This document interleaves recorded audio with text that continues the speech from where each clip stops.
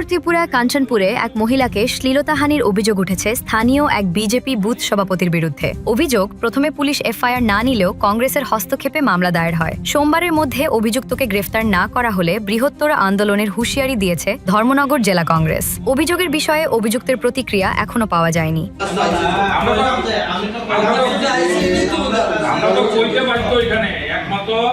গত শাসক দলের বুথ সভাপতি থেকে আপনারা এই জিনিসটা একটা মহিলা নির্যাতিত হয়েছে,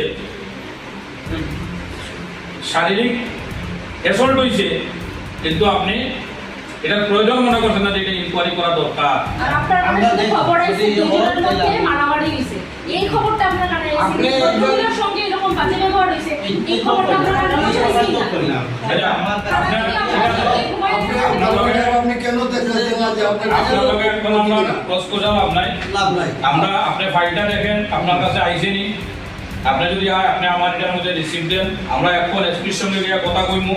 আমরা আপনাদের 3 দিনের টাইম দিলাম, আজকে শনিবার, যদি সোমবার রাত্রে পর্যন্ত আসামি অ্যারেস্ট না হয়, মঙ্গলবারে আমরা আপনার থানা ঘেরাও করব।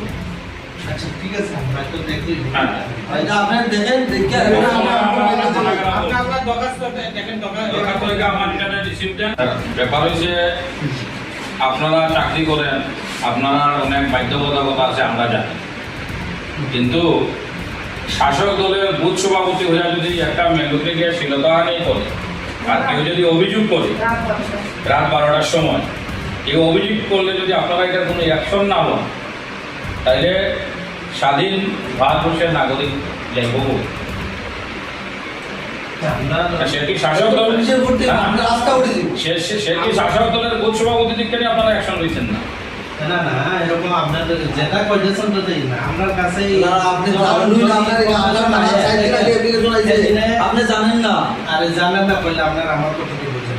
যেদিন আপনি কইতেছেন রাত্রে বাবা, আপনার কাছে কমপ্লেন আইছিল এরকম রাত্রে 9:30টার সময় পিঙ্কু আর তার জামাইয়ের মধ্যে ঝগড়া হয়েছে, এইটুকুই কমপ্লেন আইছে। লগে লগে আমরা পুলিশ স্টাফ এসে তদন্ত করছে, কিন্তু তার থেকে তো আমার কাছে আছে না, এবং আমরা এই ইনকোয়ারিটাও করছে। পিঙ্কু আর তার জামাইয়ের মধ্যেই ঝগড়া হয়েছে, ওইটার মধ্যে পিঙ্কু আর তার জামার মধ্যে ঝগড়া।